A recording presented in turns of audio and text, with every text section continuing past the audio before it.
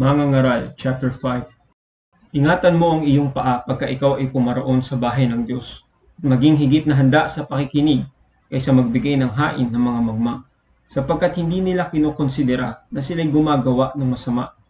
Huwag kang padalos-dalos sa iyong bibig, at huwag magmadali ang iyong puso na magsalita ng anumang bagay sa harap ng Diyos, sapagkat ang Diyos ay nasa langit at ikaw ay nasa lupa, kaya't pakuntiin ang iyong mga salita.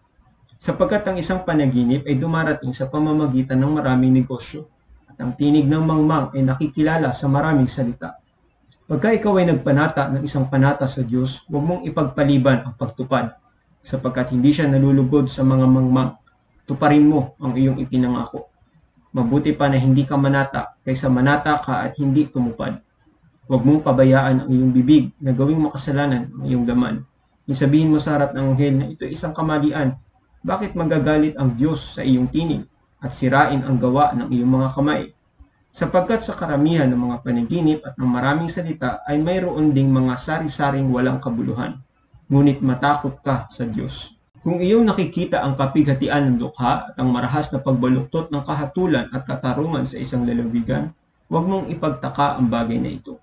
Sapagkat siyang mataas kaysa kataas-taasan ay tumitingin at mayroong mas mataas kaysa sa kanila. Bukod dito ay ang pakinabang ng lupa ay para sa lahat, ang hari rin ay pinaglilingkuran ng parang. Siyang umiibig sa pilak ay hindi makukontento sa pilak, niyang umiibig ng kasaganaan na may pakinabang. Ito rin ay walang kabuluhan. Pagka ang mga pag-aari ay dumami, ang nagsisikain sa kanila ay dumarami. At anong pakinabang ang mayroon sa mga may-ari niyaon, maliban sa pagmasdan ng kanilang mga mata? Ang tulog ng manggagawa ay matamis, maging siya man ay kumain ng kaunti o marami. Ngunit ang kasaganaan ng mayaman ay hindi magpapatulog sa kanya. May isang matinding kasamaan na aking nakita sa ilalim ng araw.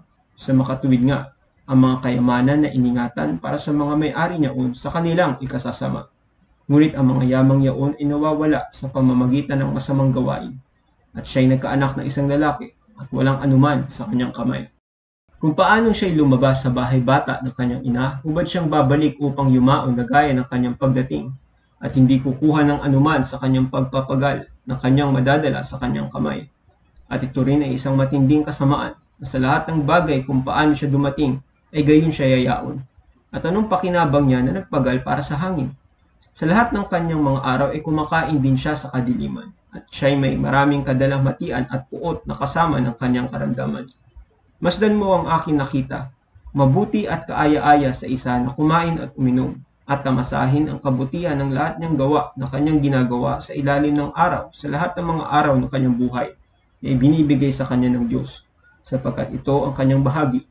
Bawat tao naman na binigyan ng Diyos ng kayamanan at kasaganaan at binigyan siya ng kapangyarihang kumain niyaon at kumuha ng kanyang bahagi at magalak sa kanyang paggawa. Ito ang kaloob ng Diyos, sapagkat hindi niya gaanong aalalahan ang mga araw ng kanyang buhay, sapagkat sinasagot siya ng Diyos sa kagalakan ng kanyang puso.